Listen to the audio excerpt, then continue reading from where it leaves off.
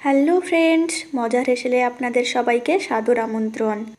সামুদ্রিক চাঁদা মাছের একটি অসাধারণ রেসিপি আমি আপনাদের সাথে শেয়ার করব, যেটা গরম ভাতের সাথে খেতে খুবই ভালো লাগে।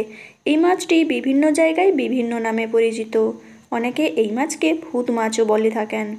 আপনারা কী নামে জানেন সেটা অবশ্যই আমাকে কমেন্টের মাধ্যমে জানাবেন। তো চলুন আজকের পর্বের রান্নাটি শুরু করা যাক।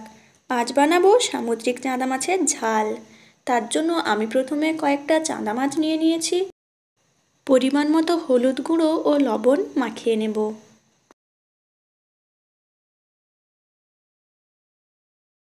উপকরণে নিয়েছি দুটো পেঁয়াজ বাটা, টমেটো বাটা, লঙ্কা কুচি, গুঁড়ো মশলায় নিয়েছি হাফ চা চামচ করে লঙ্কা গুঁড়ো, হলুদ গুঁড়ো, জিরা গুঁড়ো ও ধনে গুঁড়ো এবং 1 চা চামচ করে সাদা সর্ষে ও কালো সর্ষে। এখন কড়াইতে তেল গরম করে মাছগুলোকে ভেজে নেব। তেল খুব ভালো মতো গরম হলেই তবেই মাছগুলো দিতে হবে। মাছগুলোকে হালকা লাল লাল করে ভেজে নেব।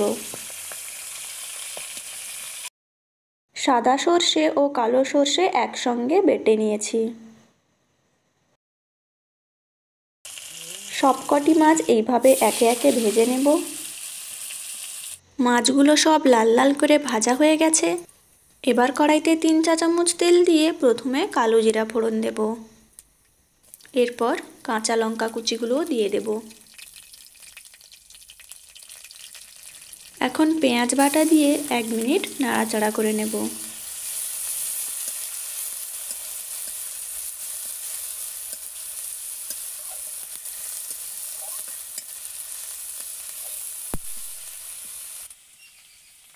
এবার টমেটো বাটা দিয়ে দেব।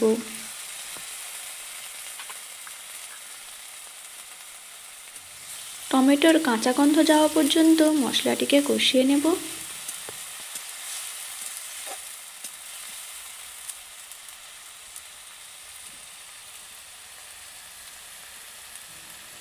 এখন গুঁড়ো মশলাগুলো দিয়ে আরও 1 মিনিট নাড়াচাড়া করে নেব।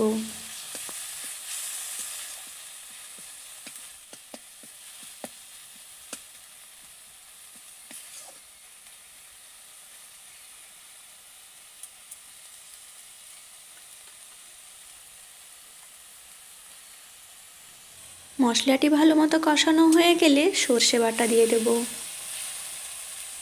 সামান্য পরিমাণ জল দিয়ে 1 মিনিট কষিয়ে নেব। এখন প্রায় 3 বাটি জল দিয়ে ঝোলটিকে খুব ভালো মতো ফুটতে দেব।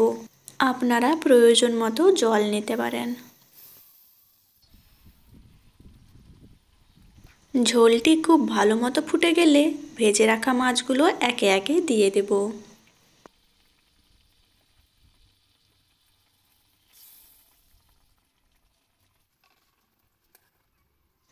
3 থেকে 4 মিনিট মাছগুলোকে খুব ভালো মতো ঝোলে ফুটিয়ে নেব।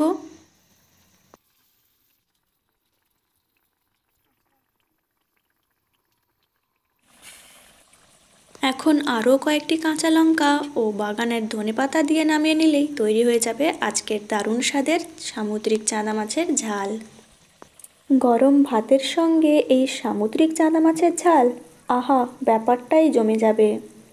আপনারাও বাড়িতে ট্রাই করবেন, সবার খুব পছন্দ হবে।